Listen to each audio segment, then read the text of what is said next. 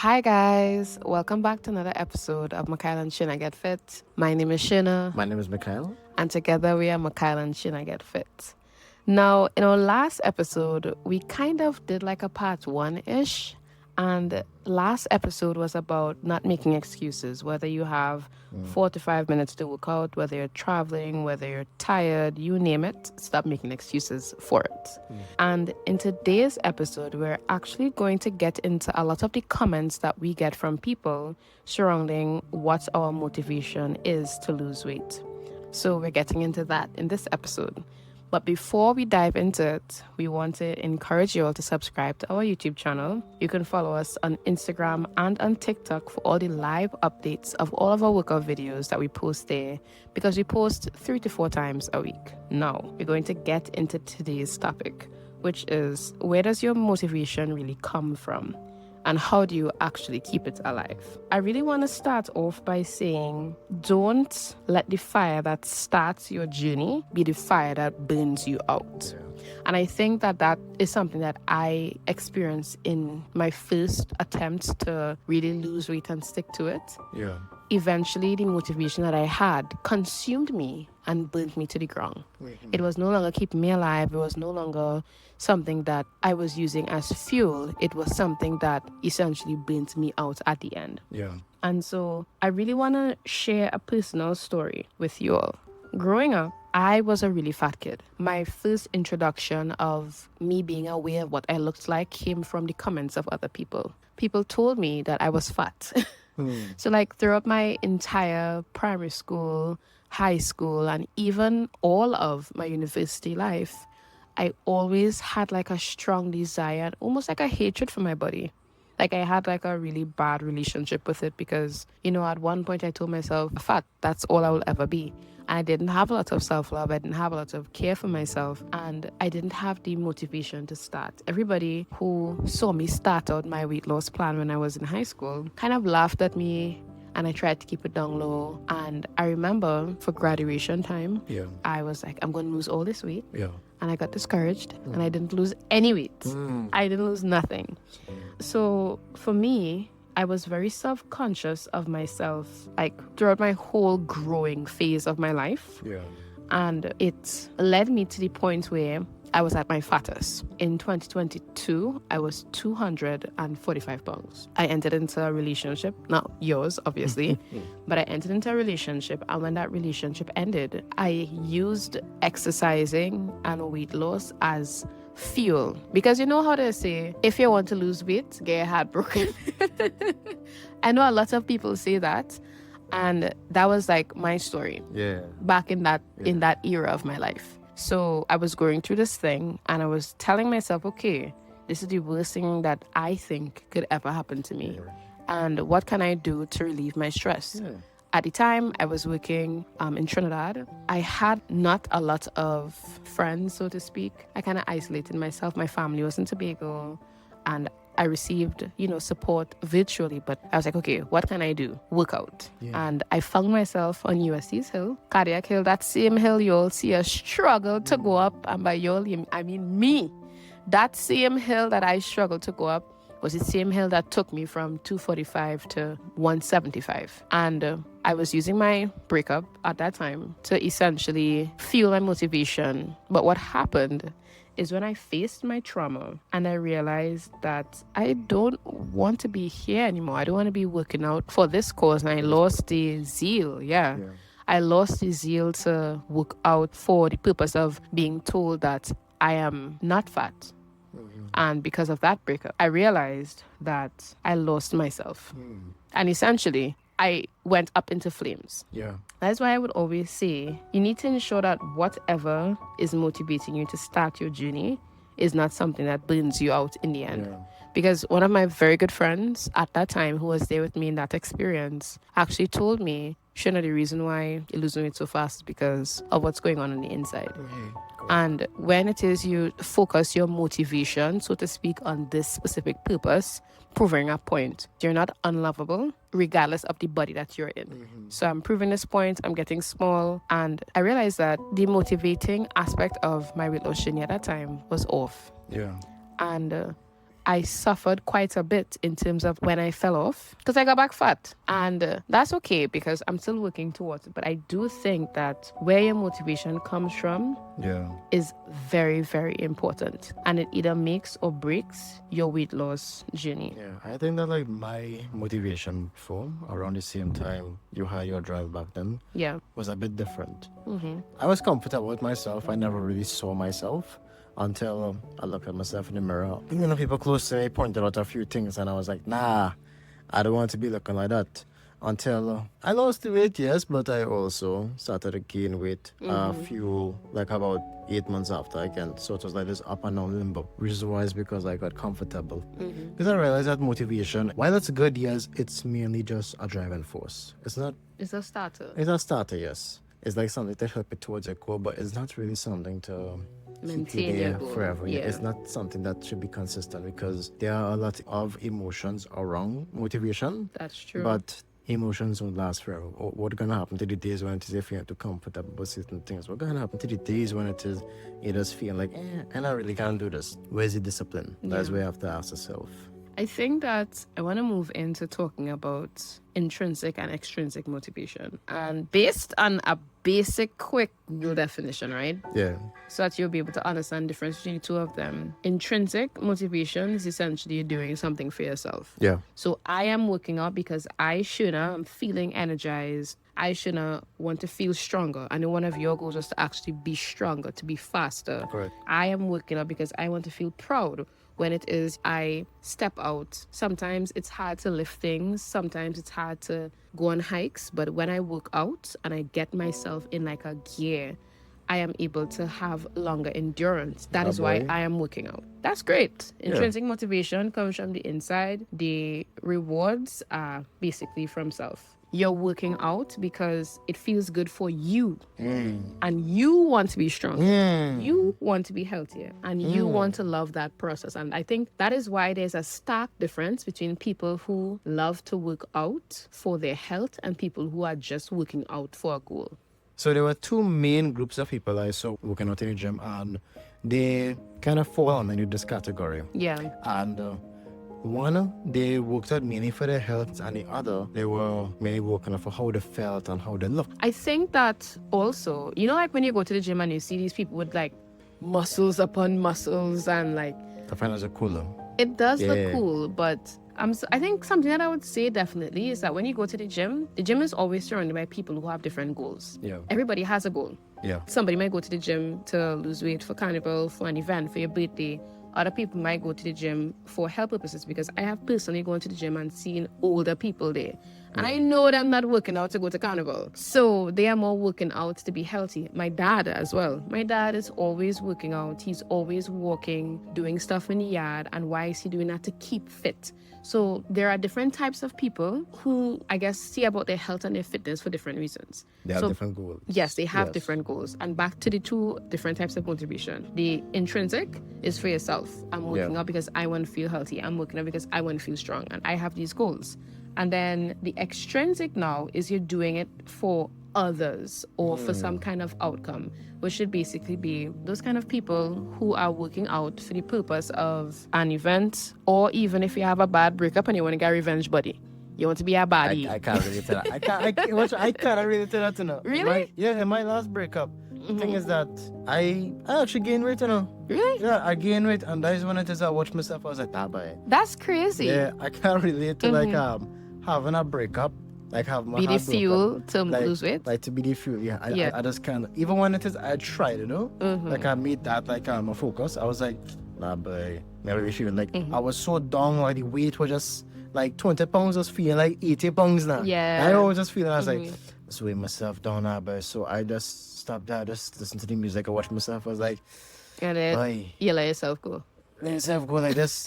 Just say, I had to lose it now. I had to lose the weight now. No. That's how it was for me. So I never. So you just woke up at one point and realized that you want to lose the weight. Yeah, no. It was never because of the breakup. Yeah. Yeah. Okay. It was never because of that, because I'm always comfortable with my own skin. That's because you're hot. How you mean? Yeah. Yeah. Hey, what's that? You nice too. You know, you talking about things. Thank you, baby. You're welcome, yeah.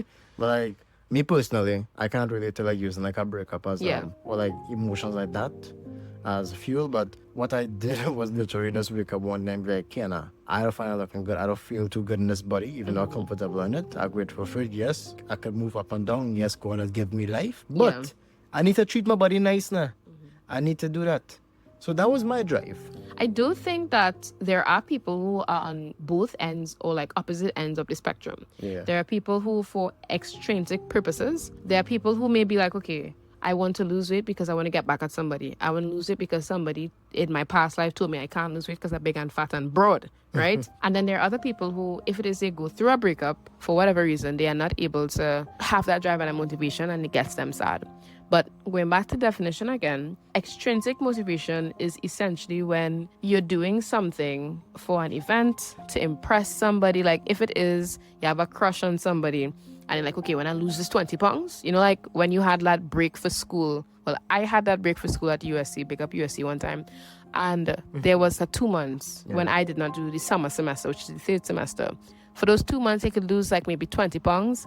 If it is that you want to impress a certain somebody in a new semester in September, you lose the weight for that. That right there is a wonderful but horrible example of extrinsic motivation. You know what, right? Because you started to change something about yourself for somebody else. Yes. You going to bed with your body it really matters on how it is you feel at the end of the day, how it is your body is, how it functions, yes, but it's better not to do just because somebody say this and somebody say that. Or you want somebody to like you. Yeah, or you want somebody to like you. If there's really trying to do it for somebody to like you. You like the wrong person. Yeah, like you probably like the wrong person, and you probably had the game a little bit off. I mean, you have the enthusiasm, yeah, but the game a little bit off. Something I want to add is that while extrinsic motivation is not inherently bad, I do think that it could be like a really good starting point. A nice Kickstarter. Yes, like a good kickstart. Because I remember at one point when I was going through my breakup, I started off my motivation, began with, okay, I am sad. I want to do it for this purpose, to prove that I don't have to be fat, right? And I lost the weight and it was good until I started seeing the results and I started getting the likes and I started getting the compliments and the little smooches on the road, like, you know this song? Yeah, like those kind of sound effects and stuff like that. Like eventually it changed over time, and then after it transformed into, okay, I need to be healthy, and then eventually it transformed into me being a fanatic. Me being like a chronic, no kind of You're counting numbers and I'm things. counting numbers. Every time I eat, I go and scale right after. Like, that is not good. This cookie have 1 extra calorie than this one, but I can't eat that one. So I do think that like extrinsic motivation is good to start, because my breakup at that time did jumpstart my weight loss journey, and I arrived at a goal that I never ever thought I would. I never thought I would ever lose 60 pounds in my life, and I did. But there was a point where I came to several months after I lost the weight where I decided I don't want to be here anymore. I don't want to do this anymore. And then I said, I crashed out. You need to be very careful with what your motivators are. If you're trying to impress somebody, you're impressing the wrong person. If it is you're trying to fit into a certain category, you need to be very careful with that. So I would say that it's okay to have goals. Like if you have an event coming up, for example, beyond us wanting to be healthy, my birthday is coming up and I do want to lose the weight. I want to look real sweet for my birthday. That's a goal, And does that necessarily mean that I don't have the goal to be healthy? I do have the goal to be healthy, but I do also have an event coming up. So I think I would love to see what happens when my birthday passes. And now I'm like, okay, what do I do now? Because I think like after the event passes, you then put back on all the weight. Because that is what happened to me when I was losing weight all those years ago. Yeah. Because I set a goal, which was to lose weight for my birthday at that time. Yeah. I lost the weight and then I gained it back because the moment had passed. So you have to be very careful with what you are using as your motivator and to motivate you to lose your weight. That is why I do think that it's much, much better to have it be intrinsic motivation. Motivation that comes from within. Motivation that is, I am working out because I want to feel healthy. I want to feel stronger. I have this goal maybe to lift. I think you had a goal to lift maybe like 200 and something bench press. 225 bench press. Yeah, you wanted to bench press 225. And that's great for you. So it really is important to know where your goals and your motivation comes from in terms of weight loss. Yeah, you should also look at your short-term goals and your long-term goals. That will actually help you out in the long run. Because your birthday is a short-term goal. Yeah. Because it's right there. Not saying you don't have other birthdays coming up, but you also have to look at what's for the future. What's going to happen later on. Yeah. You gotta think about things like that. You gotta think about what could actually sustain you. And no, I'm not saying that just because you are exercising for your birthday, that means that you are just doing this for vanity. No. I'm not saying that.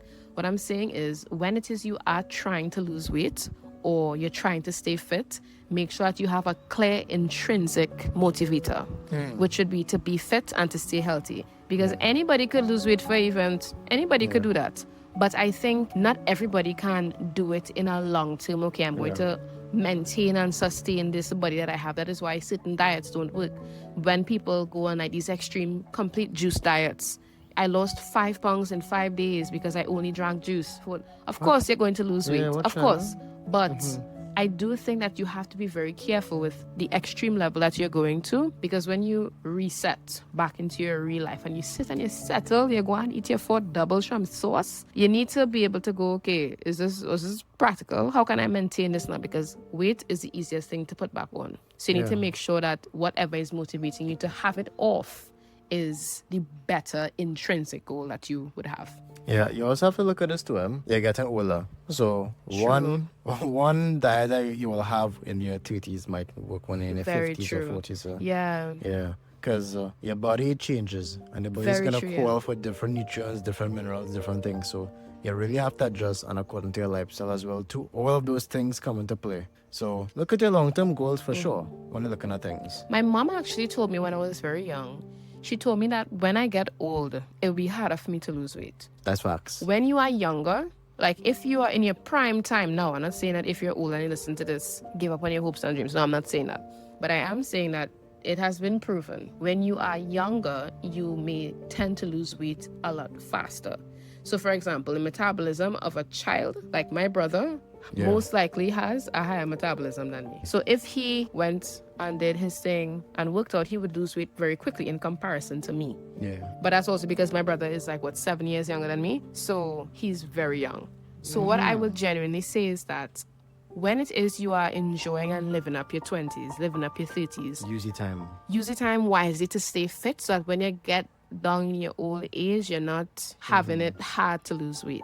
Yeah. Because you could go on the same salad diet as a young person in your 40s, 50s, but it may be a little bit harder to lose weight. And I think something else I want to add is when it is you are going on your diets, and when I say I shouldn't say going on your diet, sorry.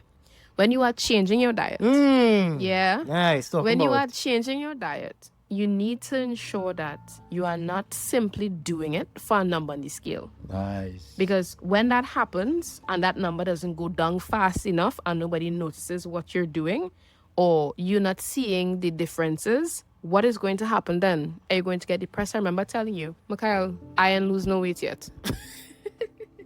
And I was so sad, and I was studying the numbers on the scale, and that is not good. Why? Because my extrinsic goal, which was my birthday coming up, numbers don't say everything. My short-term goal was getting in the way of my intrinsic long-term goal, which is to be healthy and stay fit. I was like, okay, how can I do this the fastest, quickest, nowest way? And I forgot, oh my goodness, the goal is to be healthy. Yeah. The goal is to stay fit. The ultimate goal. The goal is not to look at the scale and be like, oh my goodness, I haven't lost 25 pounds as yet. And my mom always tells me that it's much better to lose weight slow than fast. Facts. Because if it is that you lose 100 pounds in 100 days, you might probably gain back the 100 pounds in 20 days. That is actually scary. That is actually scary, yeah? But that was just an exaggeration. So I want everyone to take a moment at this point in the podcast to ask yourself, if it is nobody's watching what you're doing, nobody's monitoring you, your goals, and it's just you against you, would you keep going? Because I think that is the problem with motivation. I think one of the best things we ever did was posting our journey online because it keeps us accountable to an extent. Yeah. Because we're like, okay, we need to work out and we can't not post for a whole week because we're doing our podcast episode weekly. Then we're exercising 3 to 4 times a week. We can't not exercise because we won't have content to talk about. So if it is that for whatever reason, this alternate reality, we did not post our progress. Because we have done this before. We started out working out, I think, in January, early January. Yeah, and then we kind of stopped. And then we stopped. Start and stop. Like we started kayak hill, stop. We went, we didn't go. It was all over the place. And it wasn't until we put our foot down and say we are going to record this We're going to post this as a live documentation of how we're doing what we're doing to see. It forces us and it forced us to stay consistent and to be consistent. So my question still stands. If it is that nobody was watching us, nobody is giving you a clap, nobody is saying anything to you, would you still be able to show up for yourself? Would you still be able to be motivated? Because we are on the internet. We are showing off what we're doing and how we are doing it. Yeah. So it's very easy for us to be motivated.